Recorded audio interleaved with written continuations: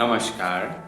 শ্রী শ্রীমদ্ভাগবত গীতা দ্বিতীয় অধ্যায় সাংখ্যযোগ শ্লোক 1। সঞ্জয় উবাচ তং তথা কৃপয়া বিষ্টমশ্রু পূর্ণকুলেক্ষণম বিশিদস্তমিদং বাক্যমুবাচ মধুসূদন। সঞ্জয় উবাচ অর্থাৎ সঞ্জয় বললেন তম অর্জুনকে তথা এভাবে কৃপায় আবিষ্ট হয়ে অশ্রুপূর্ণ অশ্রুসিক্ত আকুল ব্যাকুল ইক্ষণম অর্থাৎ চক্ষু বিষিদন্তম অর্থাৎ অনুশোচনা করে ইদম এই বাক্যম কথাগুলি উবাচ বললেন মধুসূদন মধুহন্তা। সঞ্জয় বলিলেন অর্জুনকে এভাবে করুণাদ্র ব্যাকুল ও অশ্রুসিক্ত দেখে মধুসূদন শ্রীকৃষ্ণ এই কথাগুলি বললেন। তাৎপর্য: জাগতিক করুণা, শোক ও চোখের জল প্রকৃত সত্তা সম্বন্ধে অজ্ঞানতার বহিঃপ্রকাশ। শাশ্বত আত্মার জন্য করুণার অনুভবই আত্মোপলব্ধি। এই শ্লোকে মধুসূদন শব্দটি তাৎপর্যপূর্ণ। শ্রীকৃষ্ণ মধু নামক দৈত্যকে হত্যা করেছিলেন এবং এখন অর্জুন চাইছেন অজ্ঞাতরূপ যে দৈত্য তাকে তার কর্তব্য কর্ম থেকে বিরত রেখেছে তাকে ভগবান শ্রীকৃষ্ণ হত্যা করুন।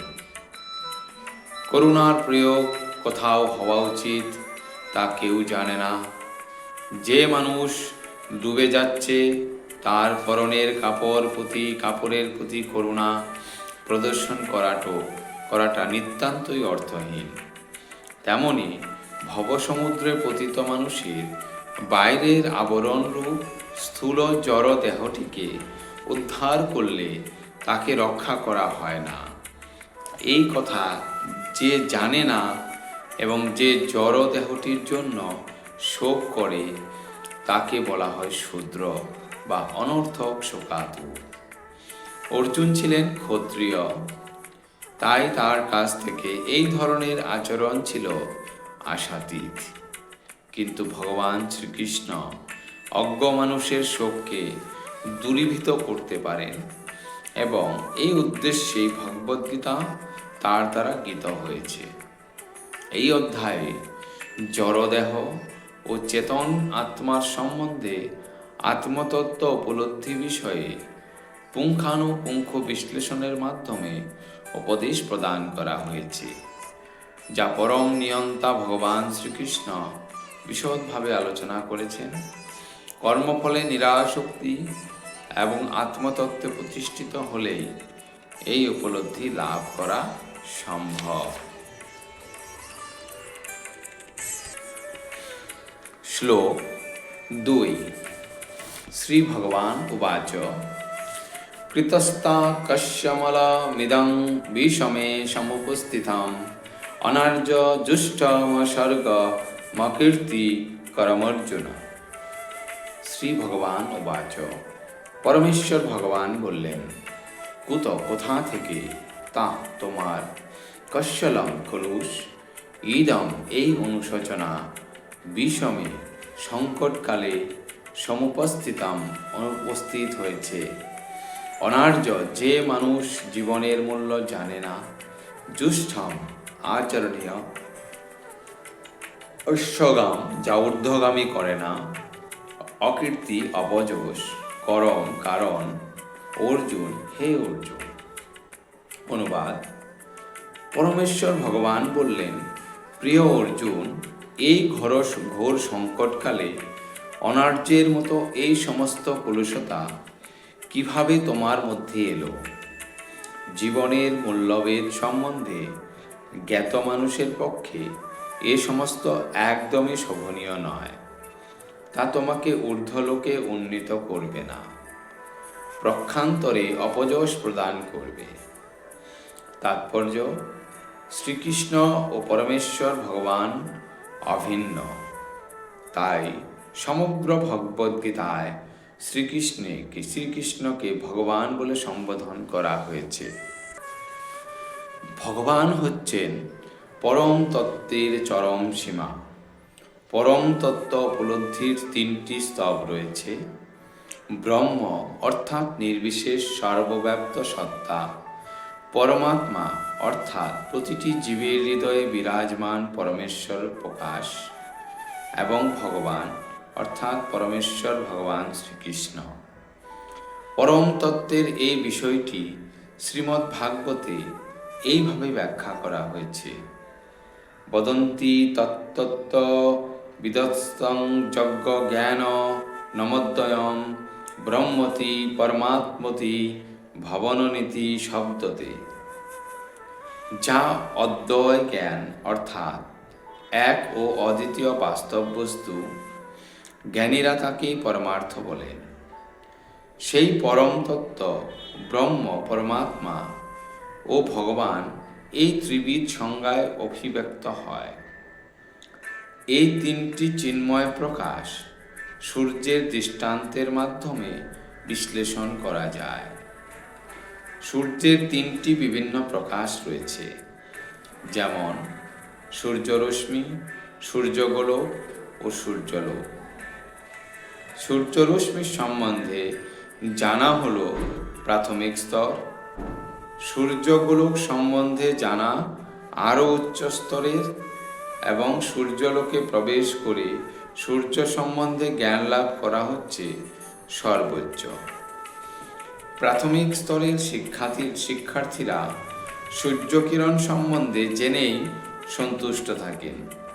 তার সর্বব্যাপকতা এবং তার নির্বিশেষ রশ্মিচ্ছটা সম্বন্ধে যে জ্ঞান তাকে পরম তত্ত্বের ব্রহ্মোপলব্ধির সঙ্গে তুলনা করা যেতে পারে। আরও উন্নত স্তরের শিক্ষার্থীরা সূর্যগোলকের সম্বন্ধে অবগত হতে পারেন। যে জ্ঞানকে পরম তত্ত্বের পরমাত্মা উপলব্ধির সঙ্গে তুলনা করা যেতে পারে। আর যে সমস্ত শিক্ষার্থীরা সূর্যলোকের অন্তঃস্থলে প্রবিষ্ট হয়েছেন, তাদের জ্ঞান পরম তত্ত্বের সর্বোত্তম সবিশেষ রূপ সম্বন্ধে অবগত হওয়ার সঙ্গে তুলনা করা যেতে পারে। তাই ভক্তবৃন্দ বা যে সমস্ত পরমার্থবাদী পরম তত্ত্বের ভগবৎ স্বরূপ উপলব্ধি করতে পেরেছেন, তারাই সর্বোচ্চ স্তরে অধিষ্ঠিত পরমার্থবাদী। যদিও সমস্ত পরমার্থবাদীরাই সেই একই পরম তত্ত্বের অনুসন্ধানে রত, সূর্যরশ্মি, সূর্যগোলক ও সূর্যলোক এই তিনটি একে অপরের থেকে পৃথক হতে পারে না। কিন্তু তবুও তিনটি বিভিন্ন স্তরের শিক্ষার্থীরা সমপর্যায়ভুক্ত নন। শ্রীল ব্যাসদেবের পিতা মহান তত্ত্বজ্ঞ পরাশ মুনি সংস্কৃত শব্দ ভগবান সম্বন্ধে বিশেষ বিশ্লেষণ করেছেন। সমগ্র ঐশ্বর্য, সমগ্র বীর্য, সমগ্র যশ, সমগ্র শ্রী, সমগ্র জ্ঞান ও সমগ্র বৈরাগ্য যার মধ্যে পূর্ণরূপে বর্তমান, সেই পরম পুরুষই ভগবান। অনেক মানুষ রয়েছেন যারা অত্যন্ত ধনী, অত্যন্ত শক্তিশালী, অত্যন্ত সুন্দর, অত্যন্ত যশস্বী, অত্যন্ত জ্ঞানী ও অত্যন্ত অনাসক্ত। কিন্তু এমন কেউ নেই যিনি দাবি করতে পারেন সমগ্র ঐশ্বর্য, সমগ্র বীর্য আদি সব কিছুর উপর তার পূর্ণ অধিকার রয়েছে। কেবল শ্রীকৃষ্ণই তা দাবি করতে পারেন, কারণ তিনি পরমেশ্বর ভগবান। কোনো জীবী, এমনকি ব্রহ্মা, শিব অথবা নারায়ণও শ্রীকৃষ্ণের মতো পূর্ণ ঐশ্বর্য সম্পন্ন হতে পারেন না। তাই ব্রহ্মসংহিতাতে স্বয়ং ব্রহ্মা সিদ্ধান্ত করেছেন যে শ্রীকৃষ্ণই পরমেশ্বর ভগবান।